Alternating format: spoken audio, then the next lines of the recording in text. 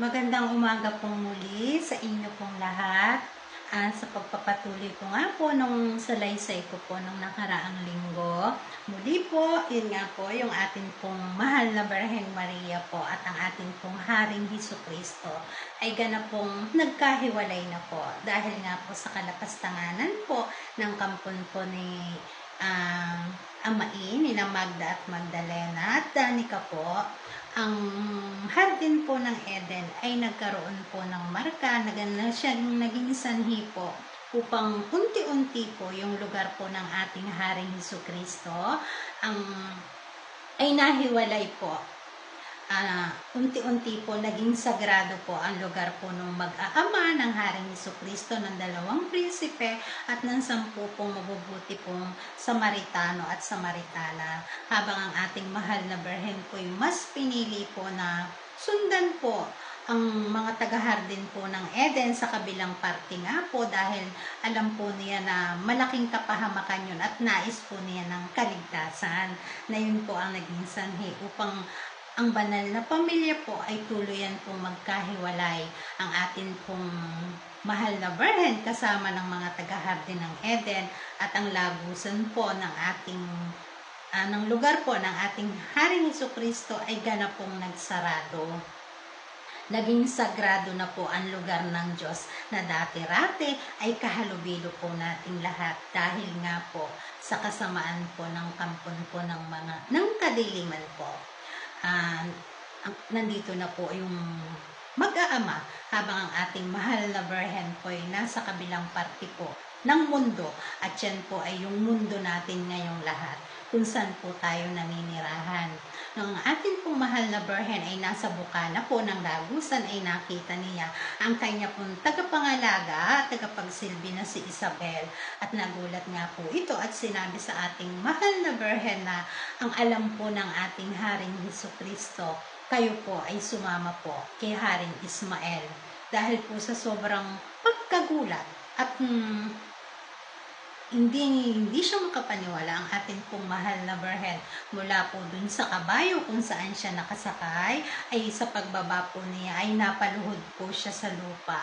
At sa pagtayo po ng ating mahal na Birhen na nasa tamang gulang at edad, sa pagtayo po niya mula sa kanyang pagkakaluhod, ang tumayo po ay isa pong musmus pong bata. 7 taong gulang na napakagandang batang babae po ang atin pong mahal na Birhen sa ibang lupain. Sa simula po ng kanyang buhay dito ay isang musmus na bata. At dahil nga po nung lingunin po ni Isabel na ang mahal na Birhen ay wala, at ang nakita niya ay isang 7 taong gulang na bata. Ang bata po ay kanyang itinatwa, iniwan niya, at ang sabi po niya ay hindi po niya ito kakilala. Kaya ang atin pong mahal na Birhen ay nag-iisa pong naiwan po, hanggang ang ating pong banal na Espiritu Santo ay tutok na tutok po sa batang mahal na Birhen, dahil sa iba pong lupain, ang atin pong mahal na Birhen ay ganap pong nabura ang kanyang alaala. Ang nag-iisa pong nakakaalala sana kung saan nagmula po ang mundo doon sa kalawakan ay tuluyan pong nabura po. Ang ating mahal na Birhen nagsimula po sa lupaing ito noong umpisa po ng mundo na isang 7 taong gulang na bata. Wala pong nagsilang kahit isa.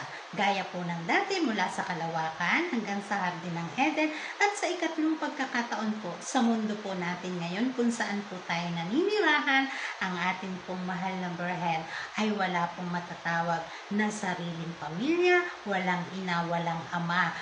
Ang ating pong mahal na Birhen ay burado ang lahat-lahat sa kanya, dahil nga po sa lupaing ito, ang mahal na Birhen ay nag-umpisang isang 7 taong gulang na bata. Ni isa po sa taga-hardin ng Eden ay wala pong nakakilala sa kanya.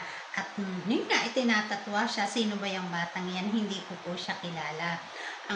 Kaya nga po, ipinahayag po ng ating banal na Espiritu Santo na kahit sino pa pong propeta, gaano man po siya kagaling, wala pong makapagsabi ng eksaktong panahon kung kailan po yung sinasabing paghuhukom at ang paghatol.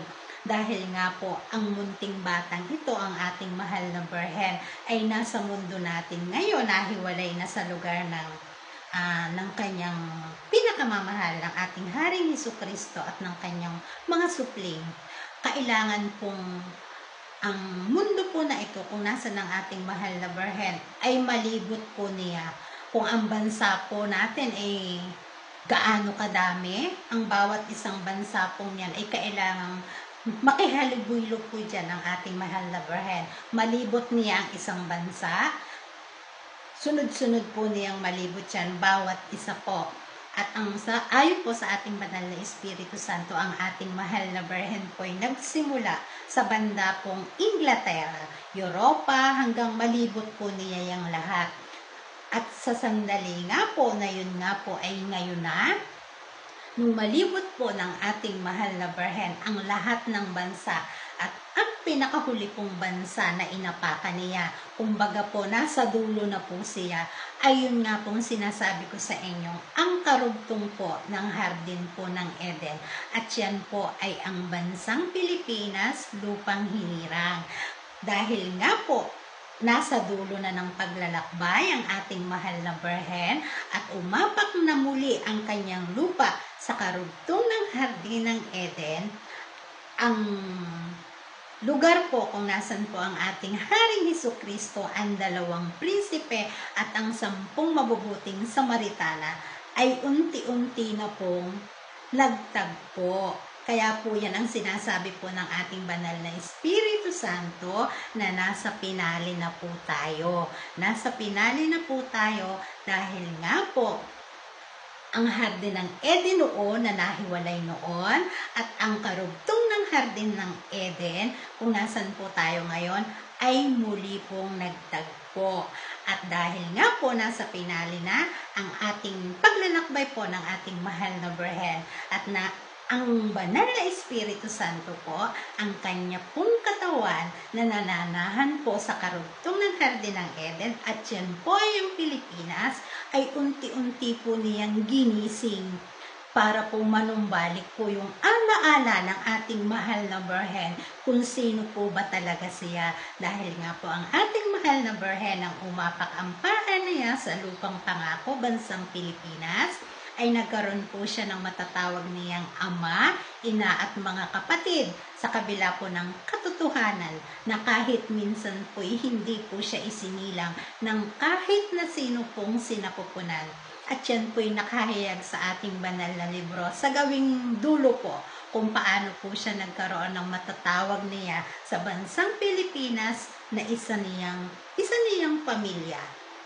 Kaya nga po, ang Haring Hesukristo, ang 2 bata po, ang 2 supling, ang 2 prinsipe, ay naisilang po ng ating mahal na Birhen sa lupain pong ito dahil nga po, nandun na po ito na po yung lugar na pinakahuli po, ang karugtong po ng hardin ng Eden.